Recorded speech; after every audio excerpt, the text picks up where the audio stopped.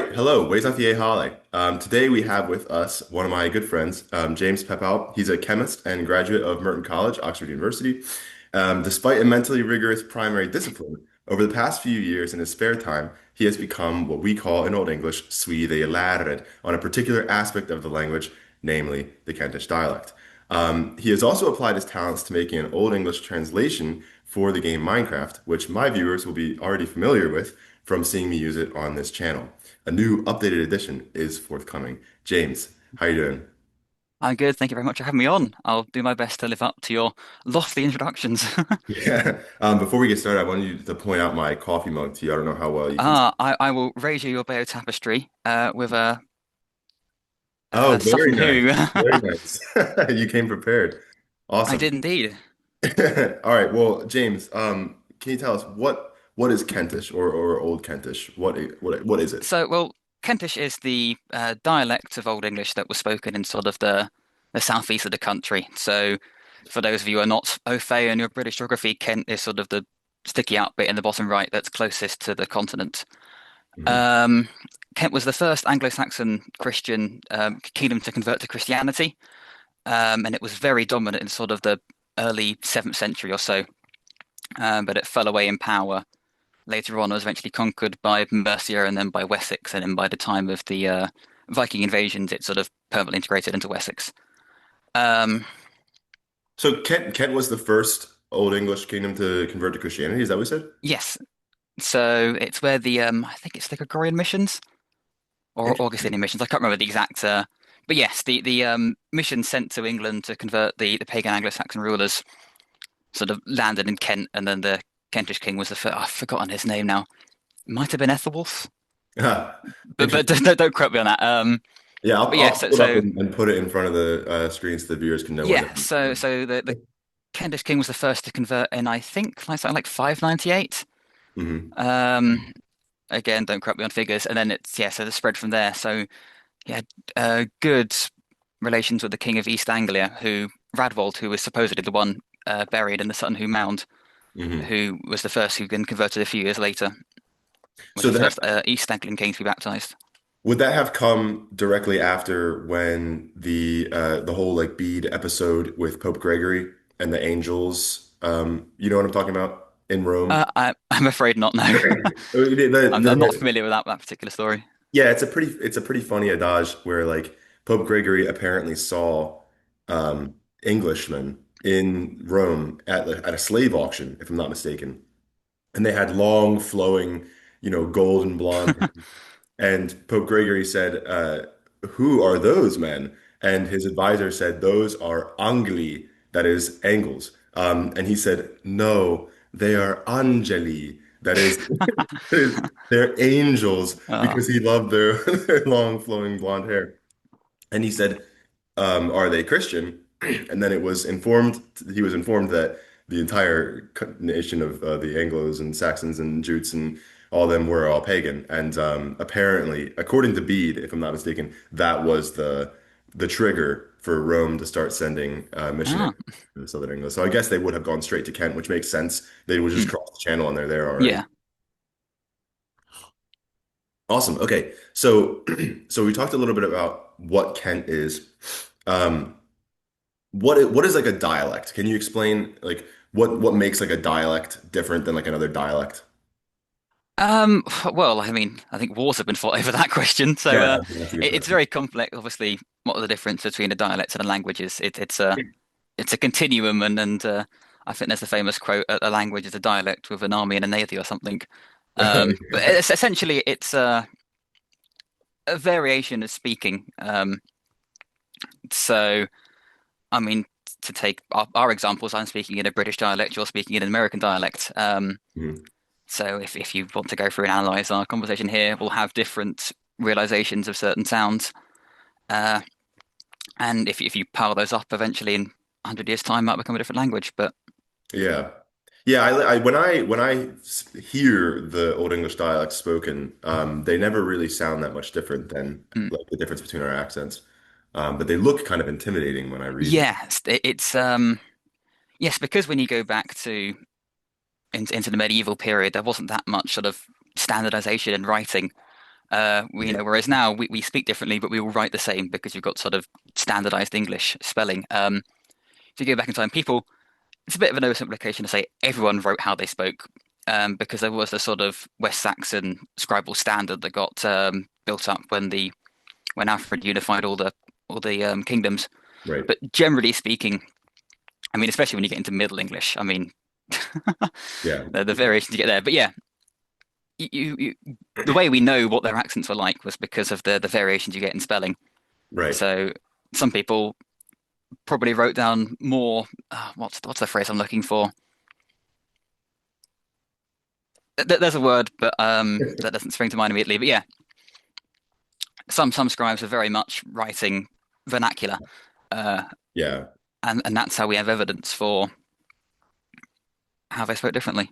Right. And so most of my viewers will be familiar with West Saxon, Hmm. which is, I guess, the kind of academic standard Yeah. of Old English. Any time that I speak Old English, anytime that I am presenting Old English, like for example, I just did a video on Kinewolf and Kinehad.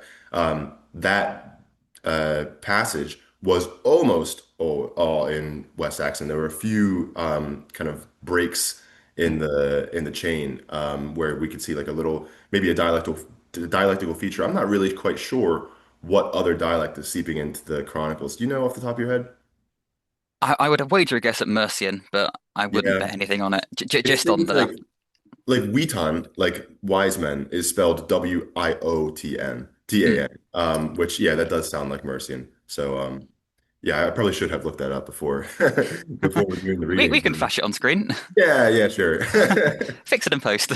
Yeah. So, but that's an example. So Hmm. for my viewers who are really familiar with West Saxon, for example, um, when we see things like that Wiotan, where we in West Saxon would expect Witan, that's just a dialectism. Chances are the scribe that was writing that would have pronounced it a slightly different way, and he's just writing it as he sees it pronounced. So, with that in mind, what kind Or he's of copying an older text that was written in a different dialect. good point? Because Yes, yes, good yeah, I point. think very few of our until you get into things like the charters and stuff, most of the big Old English texts are copies of older writings Yes. down. And so during you sort of had the 8th and 9th centuries was sort of the height of Mercian power and hegemony. And so most of the writings done there were done in Mercian. And then later on, of course, you get the rise of Wessex, and it's Wessex who eventually unifies the kingdom. And so then you Mhm. get West Saxon scribes then copying down old Mercian texts. And they do a lot to try and standardize it in their form of writing. And so if they recognize a Mercian form, they'll write down what they know as the West Saxon version of that. But sometimes they don't, and sometimes they get it wrong as well, I think. Yeah. Oh, I mean, there was a really iterative example, I think I remember being discussed of a West Saxon scribe thinking, is what a Mercian word means and getting it wrong, but I can't remember what it is off the top of my head at the moment. well, there's a lot of examples in Beowulf. Mm, Beowulf is the classic example of a Mercian exemplar being copied by a West Saxon scribe who tries to make it all make sense. And he doesn't really mess up, at least there's two of them. They don't really mess up the regular words, like they mm. sometimes they'll just skip one for whoever knows what reason. Sometimes they'll just skip over seemingly pretty common words and just leave them in Mercian. But the proper names, I mean they had no clue what they were doing. The sixth line of Beowulf is Eik sort of Erle. It's 6A in Beowulf, and the scribe saw Eik sort of Erle, which is in modern English, that is, they terrorized the Heruli tribe. Um, and he saw Erle, and he probably thought, why is this word in dative? I mean, he might not have even known what the dative case was, but Mm. he probably looked at it and was like, this is a typo. It should be Yeah. Exode Erlas or Exode Erl, which is what he did. He just left out the E because he didn't realize that it was a proper name. He thought it was just the Erls. Mm. And so he's like, well, exode, it takes the accusative, so we should make this an accusative word. And then don't even get me started on the Merovingians. I don't know if you've heard the Merovio Ingasmilts thing in the Beowulf manuscript. It rings a bell. I think we discussed it before at some point, but Yeah, the Beowulf poet is describing the Yats to say like, well, we're not going to expect the mercy of the Merovingian. And so he writes the Merowiungus milt, but the scribe was like, "What the hell is this word?" You know? What's a So Merovingian? Yeah. yeah, he didn't. I guess he didn't know what a Merovingian was. And so he wrote mere because that's lake, and then wio. Maybe that's some sort of Mercian word. And then he Mm. got to Ingas Milts, and he totally gave up. He just wrote it as one word. It was pretty hilarious. But yeah, anyway, so to circle back to I your mean, original it's point. gratifying to know that even 1,000 years ago, other Old English scribes were sitting down, reading some Yeah. past great work and thinking, what the hell does this mean? Yeah, and it was only like 300 years Mm, at the time. Yeah, maybe about 250 years old.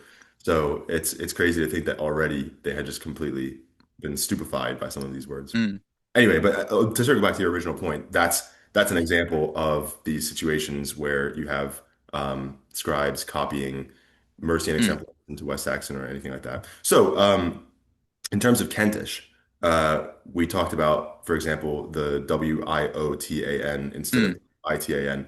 What kinds of things, and we'll get into like real examples in a bit. Oh, yeah.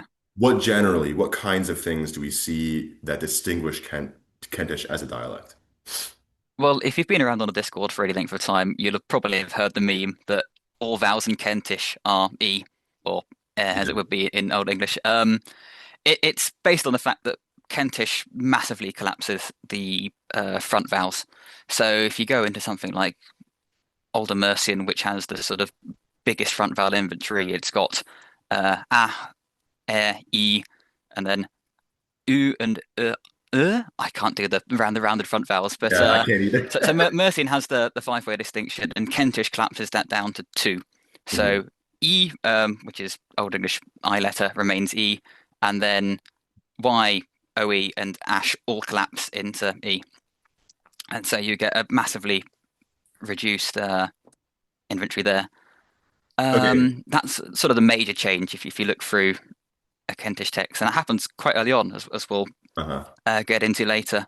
Other sort of major changes are, I think, back mutation is one. So, back mutation or back umlaut is where you've got a back vowel in the following syllable, and that causes the um, front vowel in the previous syllable to diphthongize.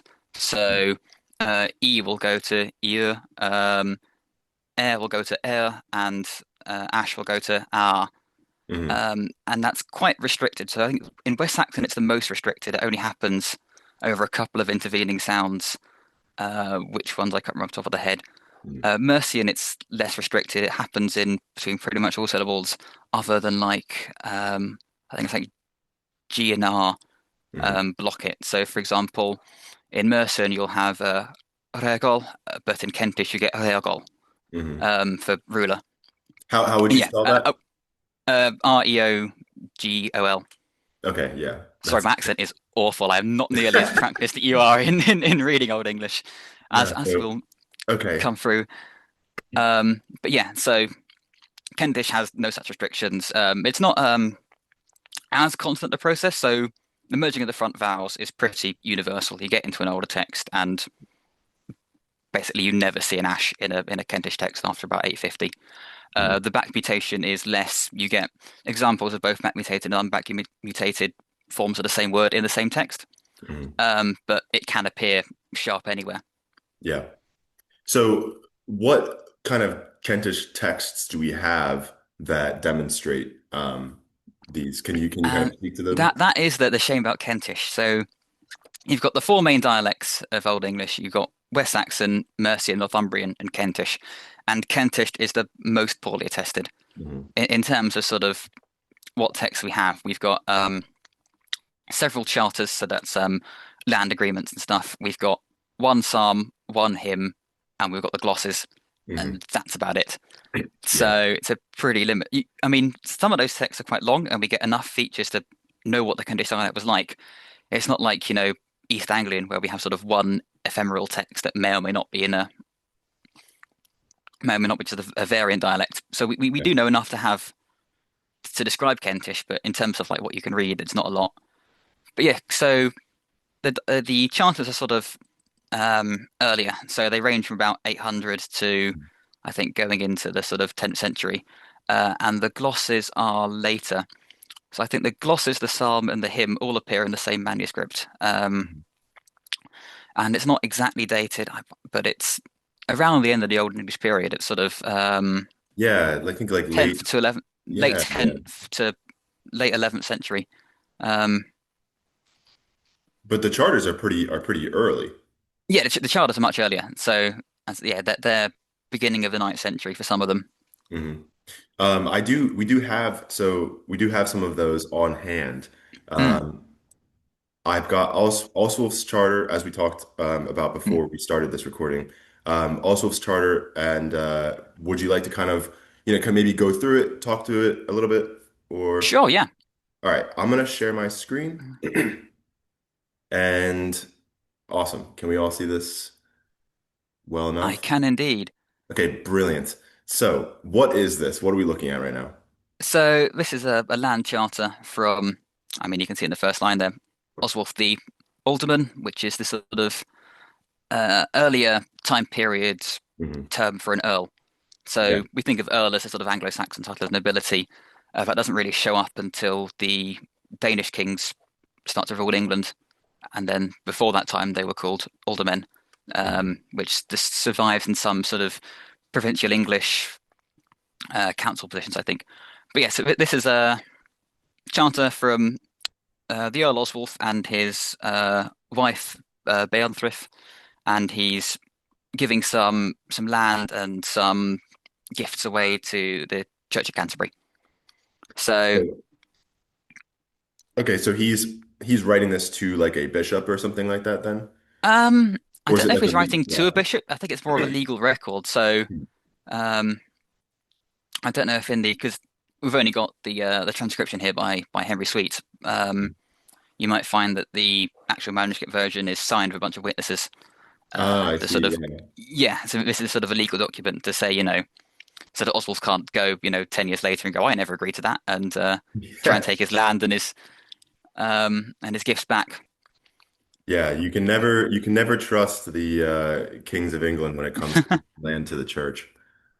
Yeah. Bad history there. But yeah, but the great thing about charters is before you get into sort of the West Saxon dominance and the sort of scribal standard that evolved there, a lot of the charters, if they weren't written in Latin, they were written in the vernacular English of the people writing them.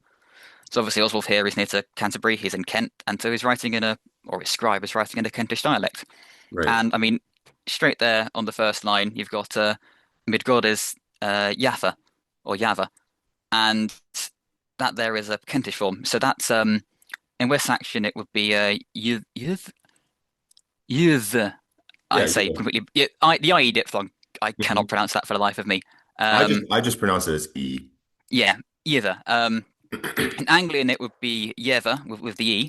Mhm. But in this Kentish document here, it's not that the E sound has become ash, it's that the merger is already ongoing. So the Mhm. scribe here knows that for him, E and Ash are the same sound, but he knows that they are Uh, separate sounds either not that long ago or in somebody else's dialect. And so he's trying to write this with what he thinks is the proper distribution of sounds, but in mhm. this case, he's got it wrong. He's written Ash where he should have written E. Yeah. Um, Wow, that's so awesome. if you go down a bit, have they got any more on this? Yeah, Vera Halgon, Som Nunca. So Wait, where are we that's right now? fourth line down. For Oh, beginning of the okay. fourth Yeah, yeah, line. yeah. Yeah. Yeah, okay. So there you've got the dative feminine article, and that's been shifted from long ash to long e. And then at the very end of the word, you've got a unstressed ash for what would have been an e in West Saxon. Yeah, this is really interesting. So for people who might not know, in West Saxon, this would be thara halgan ysomnunge. That is halgan. Here we see a long E where we would expect in West Saxon to see a long ash. What is this O caudata? Do you know? Is that Yes. So that's in Old English when you have a Proto-Germanic a sound that's followed by a nasal, so an m or an n. um, it doesn't get Brighting, it doesn't transfer to ash. It either remains as A or it gets written as O. So it's some kind of maybe backed, maybe nasal sound in Old English, which the variable is written, and in this Right. charter it's written as O. So to represent the fact that that's sort of um, what's the word I'm looking for? It's not a It's the standard O all. sound. Yeah, it's the Yeah. all sound. But is So that, you can do see you it know if that's up there sweet that also on wrote the there? first line in Alderman as well. Yeah. Do you know if that's sweet writing that or the scribe? Oh, the diacritic will be sweet. Uh, Okay, okay, gotcha. um, And so then yeah. at the end of this word here, we have this CG, which doesn't. I mean, for example, again, my viewers will see CG and think that means j. Mm. Sometimes that was just at the end of words as like a kind of aspirated g sound.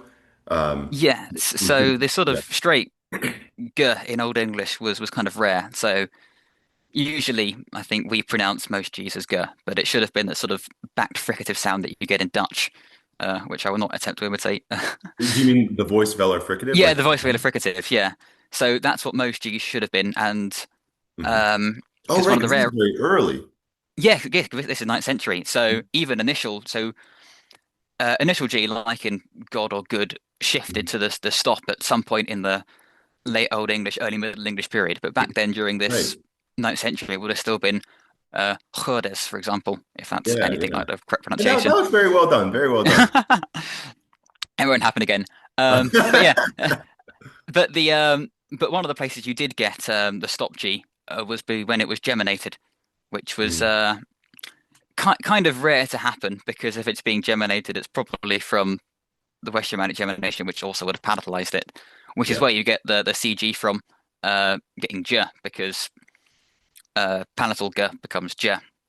But there are also a couple of examples of non-palatal geminate G. So it's in a sort of weird animal words that come out of nowhere, like dog and frog, and Yes, yes. I think hog is another. Yeah, we don't quite know their etymologies in Old English, but they become the modern English words, and those were dogga, frogga, Uh, and hogga, I think, and they're often written CG. Um, yeah. but weak nouns, so CGA, so we can tell it probably wasn't palatalized if it had the back vowel following it. Yeah, But I remember as a learner thinking like, oh, this is so cool. Like the word for frog is frogja. But mm, that's definitely not how it was pronounced. yeah, and so you can see to indicate because the other place you get stop G is after N, so Mhm. ng as opposed to ng or something like that. Yeah, I wouldn't even Um, know how to start. and so there's the same goes for palatalization there. So for example, angel is a well we get through Old English, and so Yeah. you had ng, and that was palatalized into uh, angel with the j sound rather than angel. And so yeah, so after n you see these CG spellings appear in some dialects, um, like these Kentish charters. Some people, I think, do argue that this means that they should be palatalized. So you hear, I think, is it Folk who argues that thing should be pronounced thinge, which Right. He does admit, and so again, for the viewers that don't know, the word that I pronounce as thinge, which becomes in modern English thing, that's thorn ing.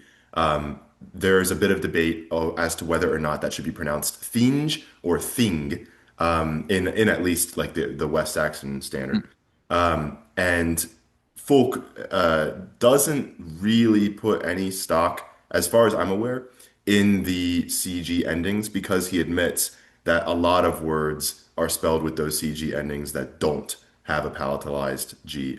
mm, The last that I read of him on that is that he kind of says like just to be clear, this is not because they're spelled that way, mm, because like it's very clear that that spelling doesn't actually always translate yeah. to like a j ending. But yeah, it is a bit of a debate, and I don't really think anyone can say either way. Well, I can tell you how the Kentish pronounced it later on in this video. Um, so yeah, so we'll go back to this. Are there any more interesting ones that we can see?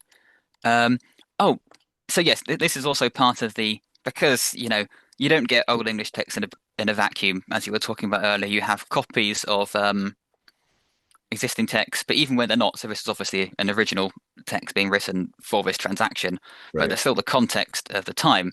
So I mentioned earlier that Kent had sort of its heyday in the 7th century and then Hmm. sort of declined into the 8th. And so by this time, this charter is dated from, I think it says 805 to like 815.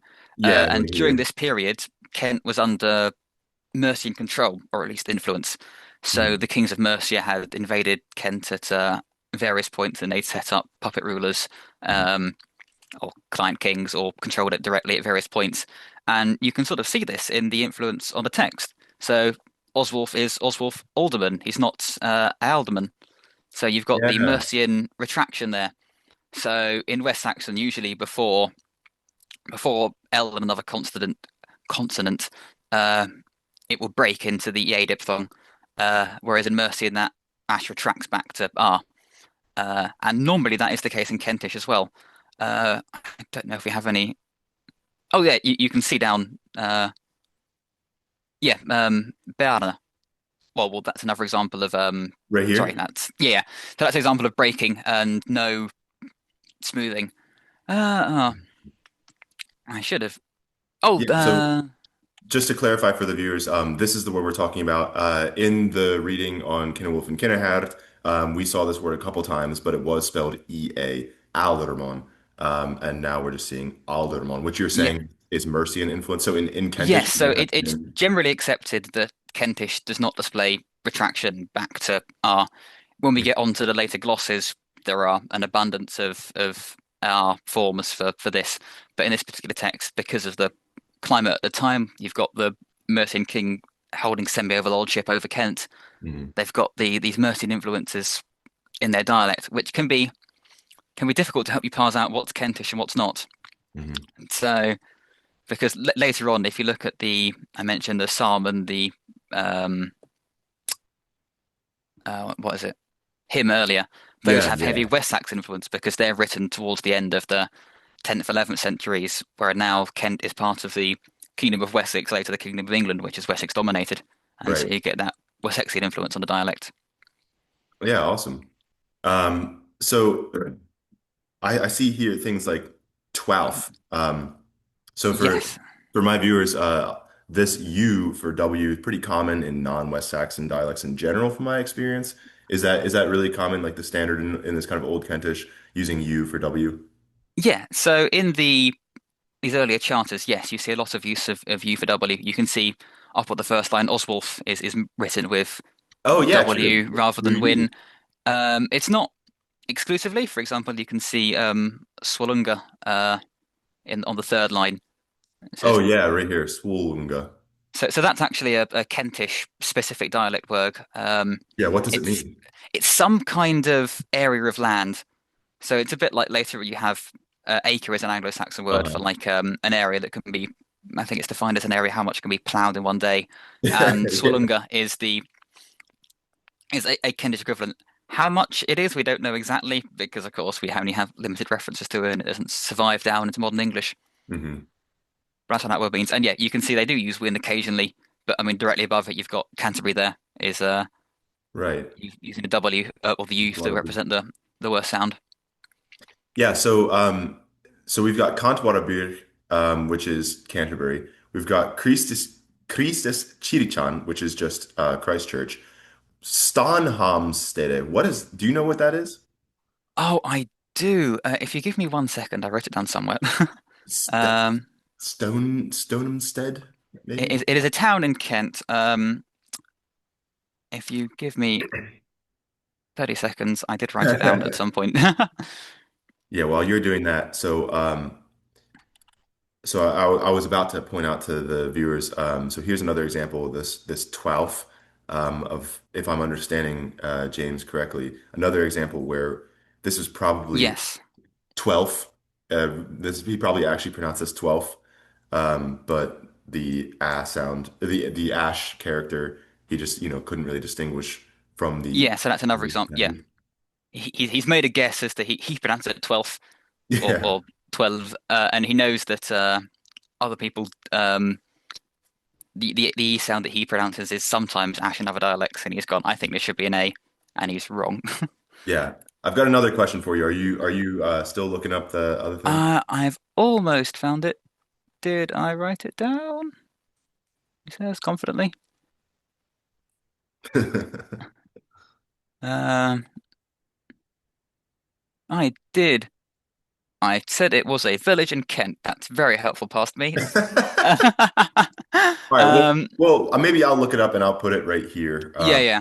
to show everyone. But I do have a question now. So this swa was that so that Mm. it's a long ash now? Was that pronounced sway or was that pronounced Yes, if you go over to the next page, we have an example. the next page totally? Um, Let me just double check where it is. I've got the physical copy in front of me. Yes, so it should be on page 19. Yeah. What line? Line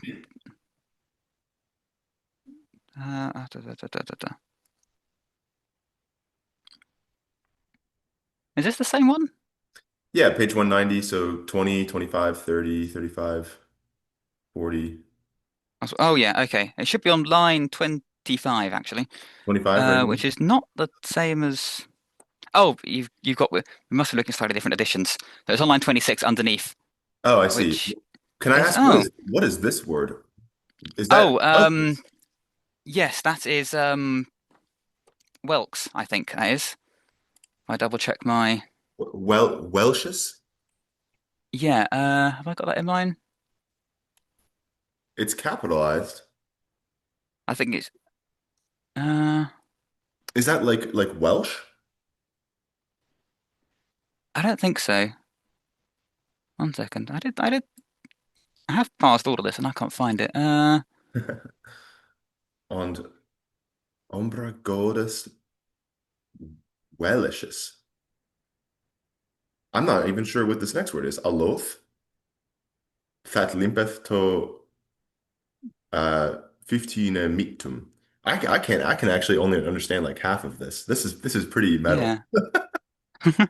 Um, I really should have written down definitions when I did this. You have a good. Well, Yeah, I didn't. Um, it might be Welsh actually, yeah, because it is capitalized. And Ombra Goddess, they're like Welsh goods to Arloth.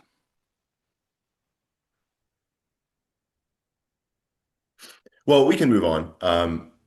What was it that? Oh, yeah, that's sorry, that's Arloth is ale.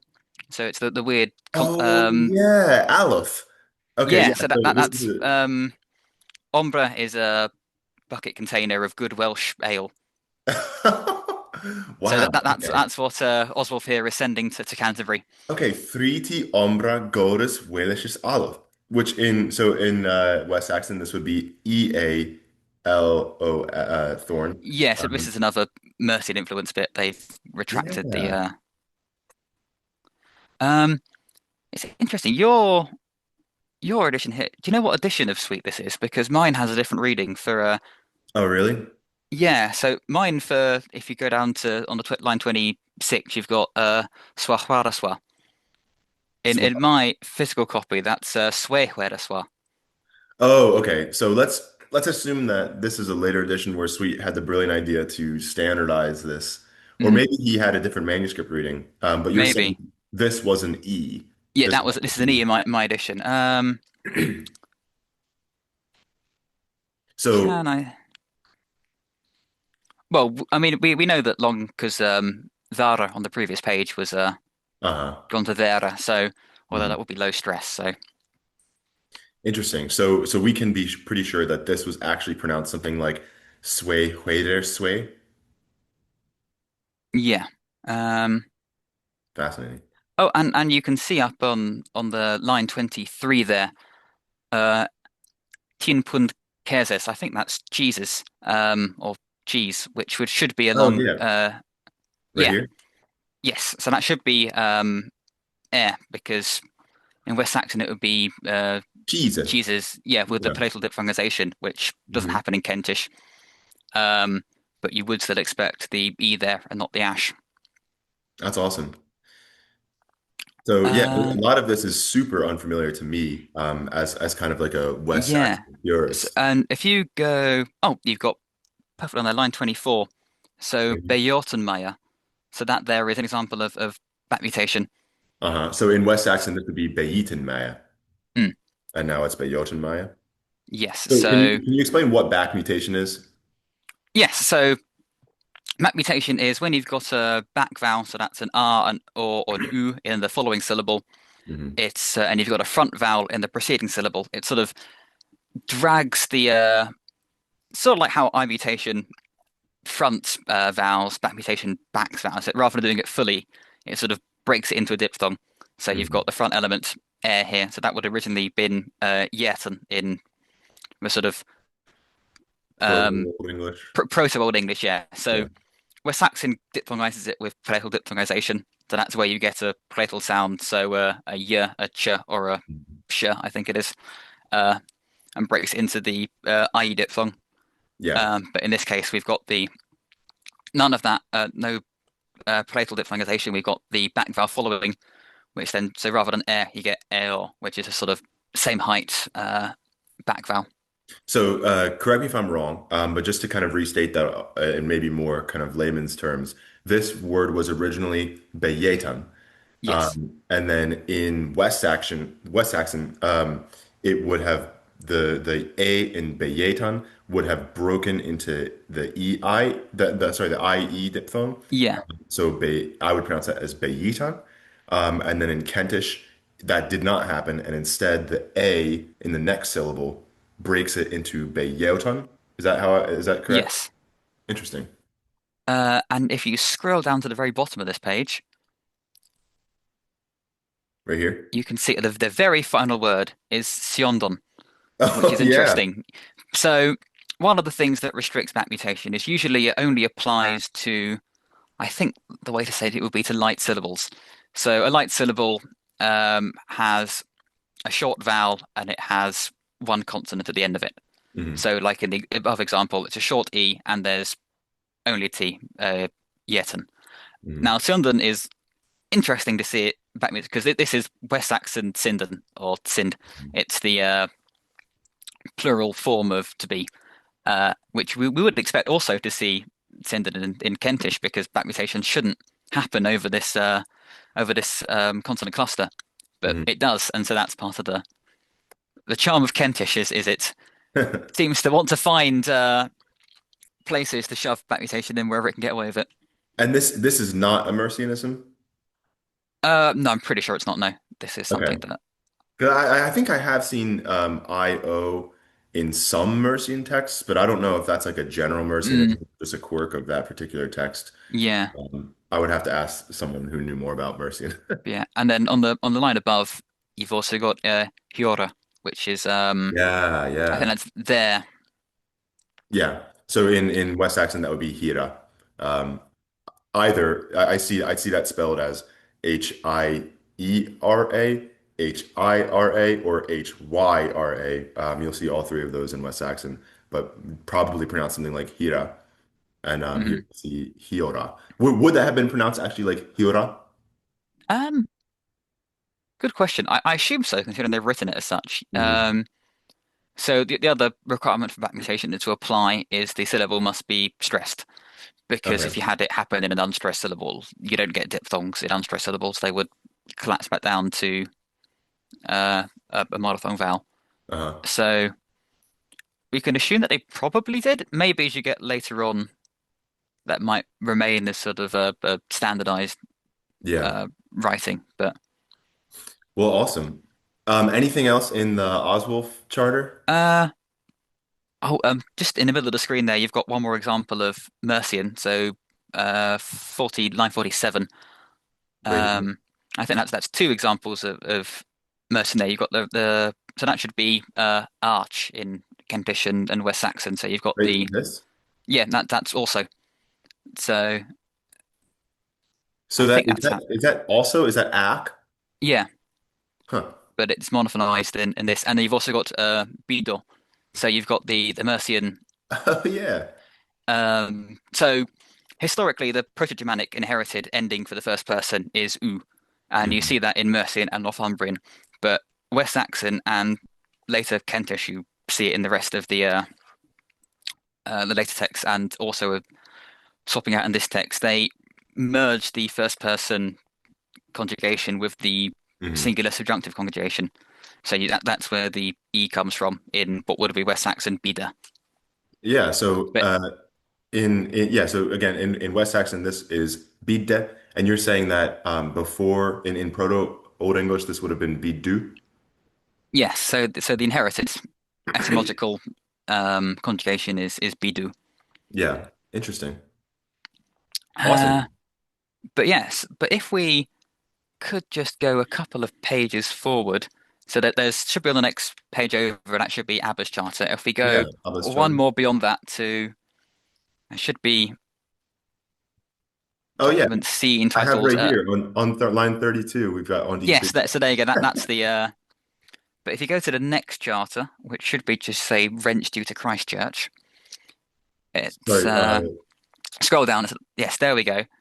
Uh, has oh that's a shame. This is obviously a different edition because you don't have it. It should um I can like take some I don't have the photos. text. Huh? I don't have the text, or is it? Yeah, unfortunately, yeah, mine is different to yours. I'll have to take some photos and we can throw them up on the screen. But Okay. this is one of my favorite charters because it has such a weird feature, which is the scribe has re-added the Proto-Germanic sort of fricative B sound. So if you compare English to German, you have something like elf, for example, is the first word that comes to mind. You've got the F in English, but in German they have alb, Mhm. and that's because back in Proto-Germanic this was like a I can't do Yeah, yeah. the bilabial fricative, and in English that becomes F, and in German that becomes B. Mhm. And this Kentish scribe is, for some reason, trying to write Proto-Germanic B as the English letter B. So he has stuff like Ob dem Lande. He says he wants 200 chlaber. So that's chlaver in Old Yeah. English, which would That be that would be loaf. bread. Yeah, bread. So modern English word loaf, but he's written it as chlaber with the B. Why we're not entirely sure. Falk and Hogg and other scholars reject this as an actual living sound change. Their Mhm. theory is, I think, either that this is sort of a deliberate archaicism. So just as we might try and make ourselves, this is a legal document, he wants to be a bit archaic and fancy. Yeah. Um, I'm not sure if I 100% agree with that because we're talking about a very old sound change here. I mean, you know, we look at the Oswolf Charter and that merger of um, A&E probably happened and may have happened in living memory for people at the time, Uh-huh. and he's already mixing it up. And now you expect this guy to try and separate sound changes that happened hundreds of years ago before we even started. Yeah, it would be I think even centuries. even Yeah. even the earliest runic inscriptions have F and B separate. So it's either that or possibly because Kent obviously is the closest part of England to Europe. Maybe he's got contact with continental Germanic speakers Uh-huh. who shifted that fricative to B rather than to F, Mhm. and so maybe he's trying to imitate them somehow. I'm not sure, but it's a very interesting because yeah, totally out of left field. This isn't almost certainly isn't how he spoke, but Yeah. for some reason he's decided in writing that he needs to um, make Yeah. himself look a bit more archaic. That's pretty fascinating. Yeah, I feel like that would be like if like a modern legal scholar was using like the long S Yeah, in like the Declaration of Independence yeah. in like their modern laws. That's pretty cool. So yeah, we'll make sure to have pictures of that on the screen while we were just talking about that. Do you want to talk about the glosses now? Yeah, let's go over to the glosses. Okay, so here this is the right one, correct? Yes, so Okay. Cotton MS Vespasian So D6. what is this document? So it's an Old English manuscript. It's got a bunch of things in it. If you scroll along far enough, you'll also get to the psalm and the hymn I mentioned earlier. They're in the same Uh, document. If you read the British Library catalogue, there's a bunch of other things in it. But the first thing that comes in it, and what we're interested in, this is the Book of Proverbs from the Bible, written in the Latin Vulgate. And Hmm. a scribe has inserted what we call an interlinear gloss. So interlinear means between the lines, and a gloss is like a translation. So it's not a full gloss. I mean, you can see on the screen there, he's picked out certain words that he's interested in, and he's written an Old English translation Yeah. for the Latin there. What Um, what is this first one here? yes, so that says so. The first letter there is the scribal abbreviation for and, so it's called the Tyrolian et. So that's on he brekt. So I can't even read the Latin here. What is that? Is this like P with a line through it? Is that an et? I can pull up what would be the sweet reading of this, and I will let Because you know because yeah. is brecht like breaks? No. So the Latin here, according to Sweet, is per fruiter. So that's a P with a dash through it is an abbreviation for per, and then fruet, and then that's the another abbreviation for er. My Latin pronunciation is even worse than my Old English, so I No. want to try to avoid speaking anymore. But that means to enjoy. So this is Yeah. not brekan to break. This is bruken to enjoy. Um, now, Oh, okay. so if Gotcha. you look at this in West Saxon, this would be brukt with the y. Mhm. But here we have an example of the Kentish merger of the front vowels. They've taken what was y and they've written it with v.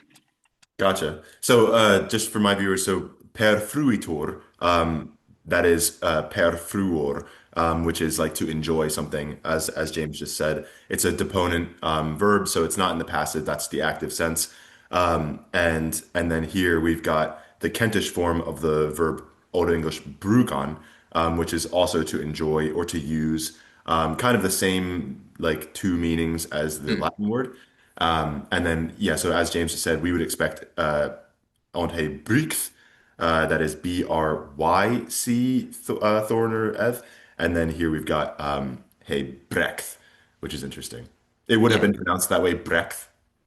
probably yes. Yeah, oh, and I'll show you an example of that if we don't mind jumping around. But first of all, this is also another example of how Kentish is similar to West Saxon in that you've got syncope in the verb. So Uh-huh. syncope is the loss of a sound.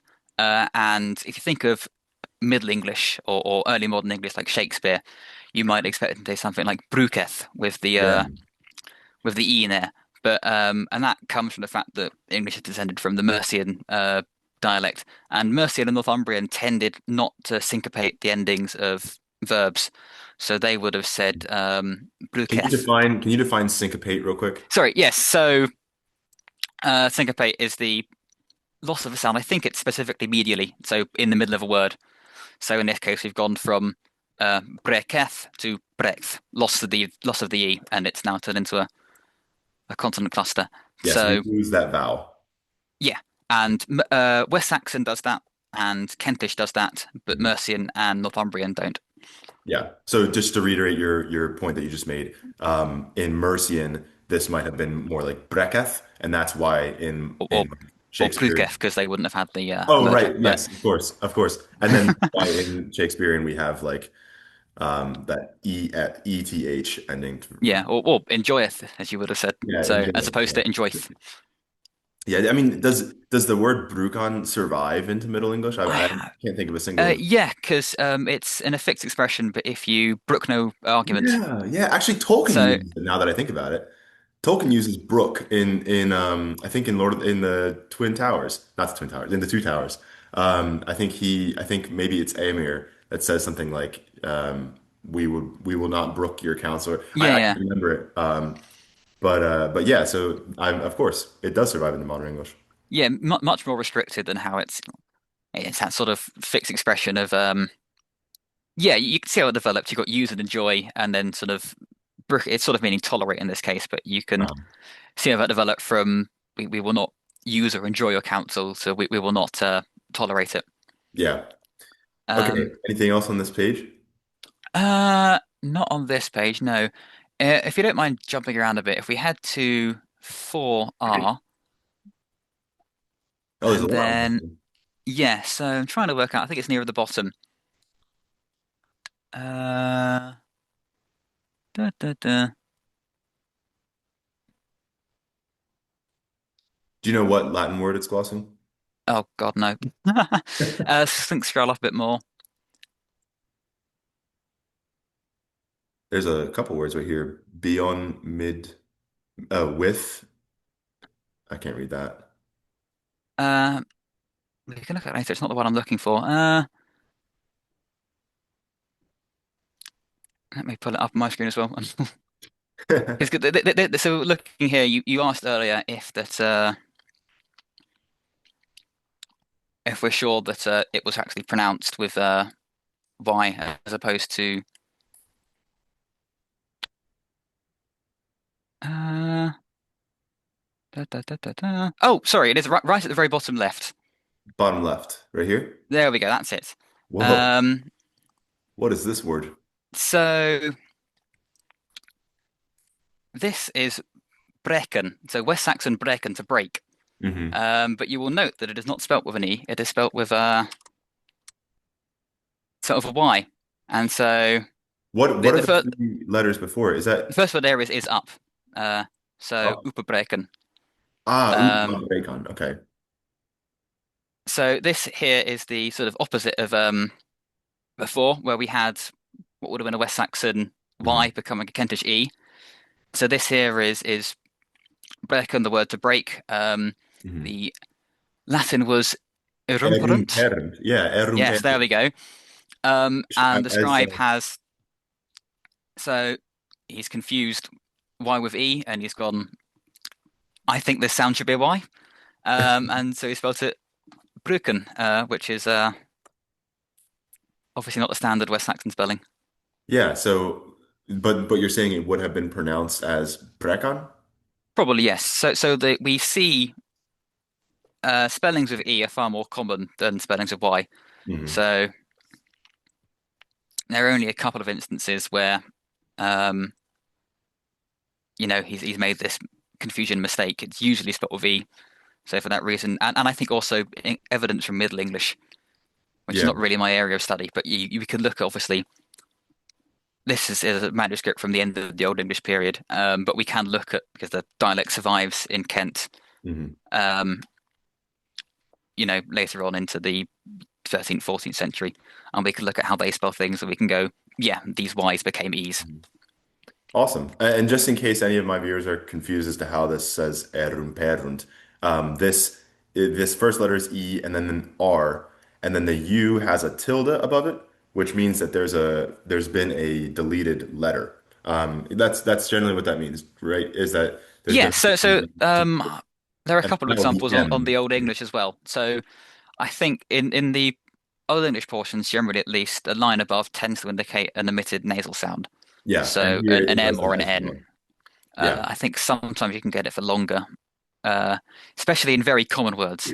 Mhm. So Well, um, on the last one, let's see if I can find it again. oh yeah, Right so here, per fruitor, the UR ending, which is extremely common because it appears in all passive verbs, is just it has this instead, whatever that is. yeah, and per has been simplified down to just a P and a line. Mhm. So yeah, for especially common turns of phrases, there might be more complicated abbreviations. So this is the joy of reading manuscripts, is they Yeah. look nothing like So I mean, thank God is all I can say that Sweet Henry Sweet has been here before me and written me a nice transcription that I can compare against. Because Right. otherwise Right. I would be totally lost for some of these. Right. But just to say, so this tilde represents an M. Mm. Should have been right here in between this U and P. Erumperunt in Latin, which is here glossed as upabrekan, spelled with that Y as we were talking about. Yeah. What else have we got to look at? Uh, yeah. So if we just go on to the next folio, so 4V, 4V. and You know what V somewhere on stands for? Because R stands for rectum, right? Which is would be the right side. But do you mm, know what V stands for? verso, isn't it? Oh, okay. I don't really know what that means then. Verso and recto.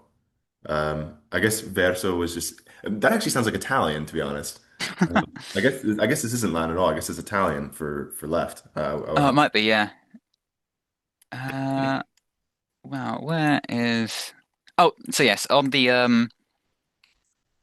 if you zoom out all the way to the top and the on top. the yeah, so the one on the right there. This one. Yes. So this is almost the meme I would make out to demonstrate Kentish to people. It says ond near et spernt. So that there in West Saxon would be at spinth. So ash t, the prefix, rebel prefix at, and spirnan with the y. Spirinon, that is to spurn. Yes. Okay. So the Latin is impinget, And probably here again, pronounced we've got horrifically. that Yeah. deleted M Yes. in get. And the end there is non. So Anglo-Saxon near Latin non, and the on Yeah. is completely abbreviated there.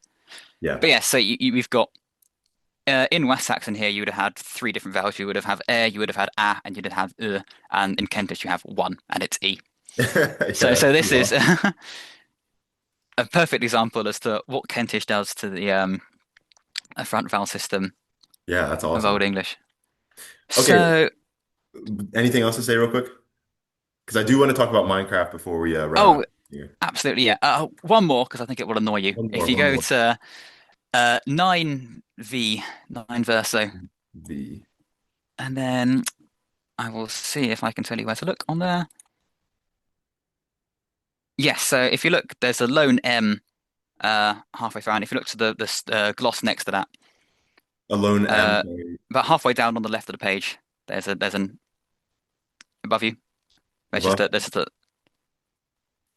Am I in the right uh, spot? I yeah, see it. yeah. M. So this is another aspect of the Kentish Schlosser. First of all, is that he's man after my own heart. He's very lazy. Sometimes he will start writing a gloss and he will just give up halfway through. So I don't know what word he was going to write there, but he got through the first letter and decided he couldn't be bothered. Oh, So this happens more than you might expect. There is that's just, hilarious. sometimes you'll get a gloss for Latin word and it'll just be the pronoun. So I think on one page it's just thu. Doesn't bother writing the rest of the word, just lets us know that it's second person. Uh-huh. But yeah, so no, on the bit I'm interested in there is the one next to it. So that says, well, in West Saxon, it would say ich eom, Yeah. yeah, ende birda. Um, I am arranged. yes, I think so. But the interesting part there is the verb to be, because that's not an O, that's an A.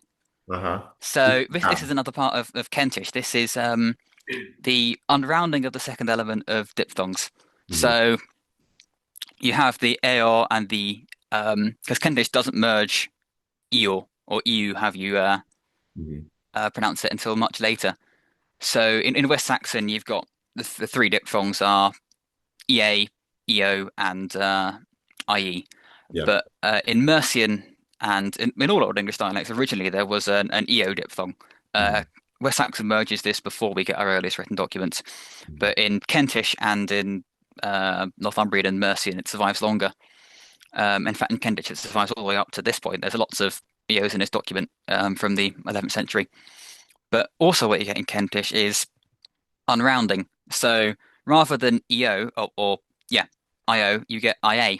Mhm. So that appears even in some of the earliest charters. Um, but you also get it with EO, AR to AR. So technically Yeah. speaking, there are Old English dialects in which the EA diphthong is pronounced AR. So and this is one of those examples. This is This is pronounced one of those examples because this am. is I am, each I am. Am. Um, That's so crazy. in your railing against people's spelling pronunciations of the EA diphthong, sometimes they are in fact correct. Yeah, yeah, yeah. Okay, just to reiterate, so in most instances where you see this EA diphthong, it's pronounced ah. And so if I was seeing this as kind of my from my uneducated West Saxon perspective, I would have assumed it would be pronounced am, each am, I am. But here it would be pronounced each am. That's pretty interesting. Awesome. Well, thank you for showing us around this. No, it's my Well, pleasure. how old? Before we move on, how old is this? What century is this from? What the manuscript? Yeah, this these glosses. The British Library estimates it at mid 10th to late 11th century. And is the So glossator also working in that like time frame? Do we know? I don't think we know. This is not a because unfortunately, it's easy to date charters because you can look at the people in them and Yeah, you can yeah. corroborate it with archaeological evidence and sort of get a pretty tight because we had a pretty tight date range for those Oswolf charters. Uh, Unfortunately, this we're not really sure. all right. Well, before we go, I wanted to kind of ask you about because at least something that might be interesting for my viewers is this Minecraft translation. Can you talk a bit about like, why did you start to do that? Like, Yeah. where did you So begin? it was one of the first things I started doing when I started learning Old English, which was so about 4 years ago now, I think I started working on this because I actually can't remember how I got started into it. I think it was just I started translating things. I was like, oh, I play a lot of Minecraft. I should, that there's no available translation for it currently. You've got Latin and other languages, but not Old English. Yeah. In all of my bluster of the about 6 months I'd had spent learning this language, like I can do a great job of this. Spoiler Yeah. alert, no. So, but for the last 4 years, I've been working on it on and off. And the latest version I've put out, I think, is vaguely good compared to the first version.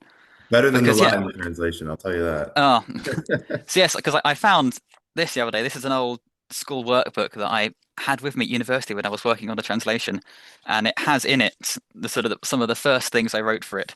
So I will read out for you one of the first bits of translation. This is for one of the Let's hear it. narrator's lines because that was the I mean, I didn't have a plan when I started as I opened up the because some writer translation for Minecraft, you've got a big text document which just has all of the um, text lines in the game in it, and the ones at the very top were accessibility because it's by alphabetical. Mhm.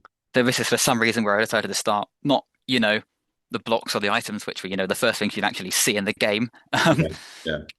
Yeah. But yes, so I said, not je mus je baknend other beordetan endes onop of dal geosenda. So that was to translate use mouse cursor or tab button to select element, to which I made the choices of using the subjunct mood. Um, Nice. I did not know that you need to use the genitive case when you use notian, nor that bruken is in fact much more common.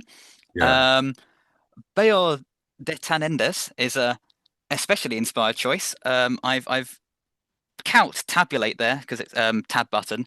So I've count tabulate by using bailed table and etten, which is a verbal suffix, and Uh, then having agentized it with the end suffix. I've not got rid of the infinitive ending for the verb. So it's uh, Nice. the translator I was using at the time. I searched for to, and it gave me of, which is to in a sense of so the normal Yeah. verb for old is to. It's fairly simple. It's one of the ones that's basically the same. Of this sort of until or Yeah. unto. So Yeah. if you're talking about uh I want it done to the end of the garden, for example, you'd use of because Both. reaching a Yeah. limit.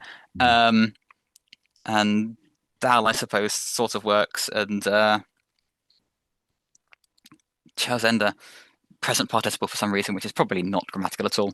So I'll have to that's where it have you take started a out. I'll have to have you take a picture of that as well so we Yeah, can yeah. have it up while you're Oh, talking I about it. will type it out for you because my handwriting is awful. But Well, maybe you can do both then so that we can really kind of get immersed into your thought process. yeah, I mean, yeah, you'd think reading medieval manuscripts would make reading my handwriting easier, but we'll see. No, but Um, so now you're kind of working on it again, as I understand yes, so you. having had a lot more experience under my belt, I went back to it and went, my God, this is awful. Let's start from scratch. And went through it all over. But no, it's been definitely an interesting experience because the sort of grammar of writing of text for a video game is sort of unlike anything you actually have in Old English. There's lots of, because I come at this from a perspective of a monolingual speaker.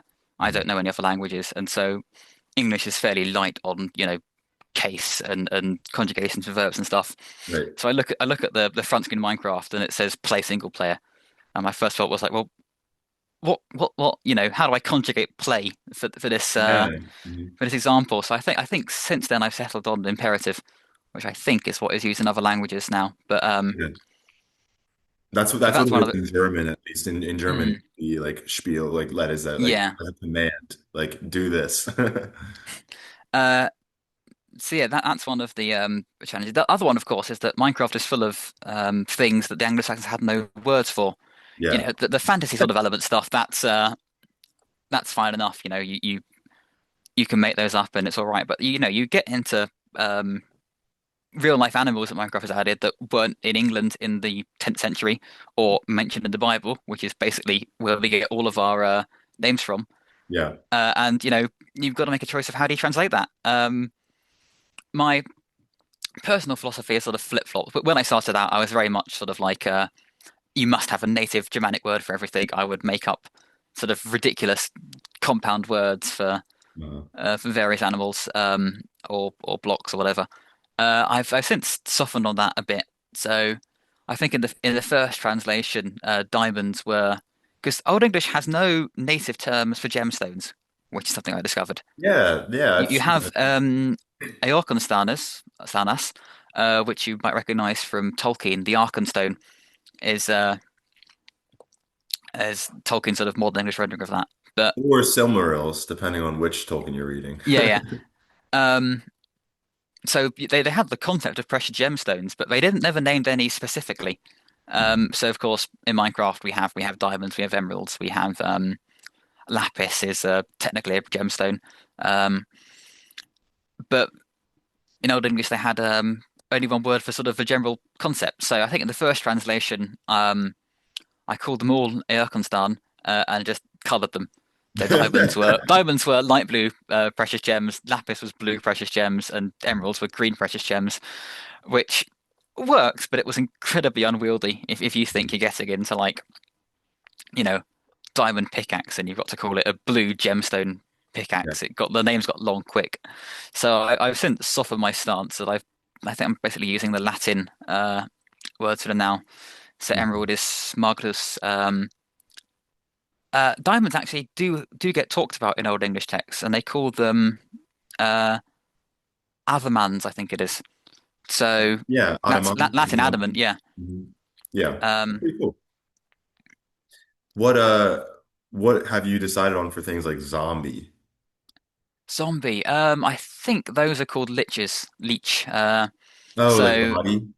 yeah, so lich obviously is now a word in Dungeons and Dragons and stuff, and that comes from the Old English, uh, Mhm. which I think so lich used to just mean body. Uh, I think yes, in Old English it becomes generally a word for a dead body. By the time we get to the written period. Would you ever consider using Orkneas? Um, I think I did use that for monsters generally because there Oh, are yeah, okay. because you also got to translate all of the because you may think things like words like mobs and monsters or passive animals or whatever are sort of words you use outside the game, but actually nowadays they get mentioned a lot in the achievements and stuff. I So see. so like I think the achievement for using a bow asks you to shoot a monster from 50 blocks away or something, or oh well, and there's the basic killer monster one. So I think I use orc for that Interesting, as a yeah. sort of catch-all term. That's an interesting word because I when I first saw it in Beowulf, I was like, oh, like this orcs. Like they must have had Yeah, orcs in English we've got the mythology, yeah but the modern fantasy imagery of them. no, it's like I mean Tolkien obviously borrows the word orc from that, but it seems to have meant more so like like The Walking Dead or something like that. Mm. Pretty interesting. All right, man. Well, anything else to say to the viewers before we say farewell? Um, well, come and join us on the Old English Discord. Yes, for sure. Yeah, Um, I'll have the yeah, link if in the if you're description. interested in any of that, if you want the Minecraft translation, the most up-to-date public release is on there. Um, as and when I get round to making the next release, it will be on there as well. Mhm. And if you've got any questions about it, I'll be happy to answer them. And if you want to play Minecraft, come and join us on Around the World MC. There should be a link. Yeah, I'll in the put the old link English in the Discord. Yeah, we'll put links in the. So yeah, you yeah. can cut that. We have a small old English community on there, and if you're interested in other languages as well, we have speakers of Latin, of German, of Spanish, most major world languages if you want to help practice and play Minecraft at the same time. And I know you've done some videos on there, haven't you? Yeah, one or two, yeah. Awesome. All right. Well, James, thanks for coming on to the channel. Thank you very much for having me. Var att jag är Sunde.